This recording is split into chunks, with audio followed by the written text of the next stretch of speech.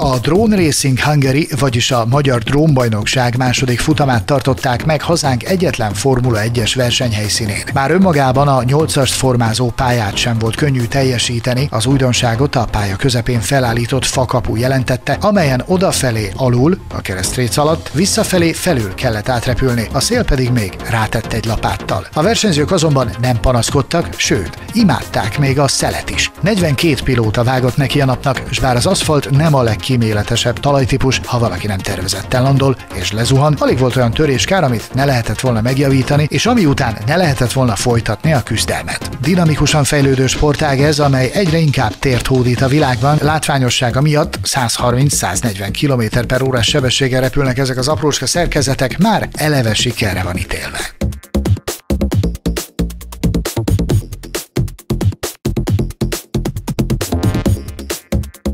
Ez az egész drónversenyzés egy nagyon fiatal sportág. Gyakorlatilag egy másfél éves múltra tekinthet vissza ebben a formájában, mint ahogy mi is próbáljuk most ezt így űzni itt a Hungaroringen. A drónok felhasználása az évtizedes múltra tekint vissza. Az, hogy a civil szférában is megjelentek, annak is van már legalább egy 10-12 éves hagyománya, de ez a fajta versenyzés, ami gyakorlatilag arról szól, hogy nagyon kicsi, nagyon könnyű, nagyon erős gépekkel egy speciálisan erre épített akadálypályán megyünk körbe-körbe időre, ez egy nagyon fiatal dolog. Vannak technikai nehézségek, kicsit még gyerekcipőben jár, de olyan visszajelzéseket kapunk mind a nézők, mind pedig a résztvevők részéről, hogy ez egy nagyon nagy jövő előtt álló dolog. A pilóták a gépeket egyes első személy nézetben irányítják egy videószemüvegen vagy egy monitoron keresztül. Gyakorlatilag ez úgy néz ki, mintha benne ülnének a gépbe, azt látják, amit a gép lát, és így próbálnak navigálni ezeken az egyébként rendkívül rövid, itt jelen esetben a Hungaroringen mindössze 230 méter hosszú pályán, és a gépek sebessége nem ritkán meghaladja a 100 km/h is.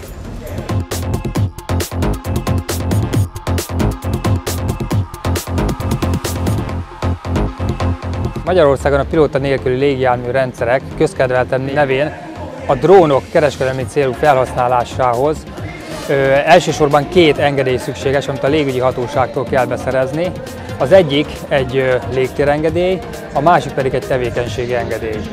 Egyszerűen fogalmazva, a légtérengedélyben van leírva az a hely, ahol magát az eszközt használni lehet, és a tevékenységi engedélyben vannak leírva azok a feltételek, amik alapján az adott légtérben használni lehet a drónt. Emellett egy másik nagyon fontos tényező a biztosítás kérdése. Tehát minden egyes kereskedelmi célú felhasználásnál egy speciális harmadik félnek okozott kára vonatkozó felelősségbiztosítást kell kötni, amit kifejezetten a pilóta nélküli légijárművekre konstruáltak meg a biztosítók, illetve egyes biztosítók, nem mindegyik egyelőre.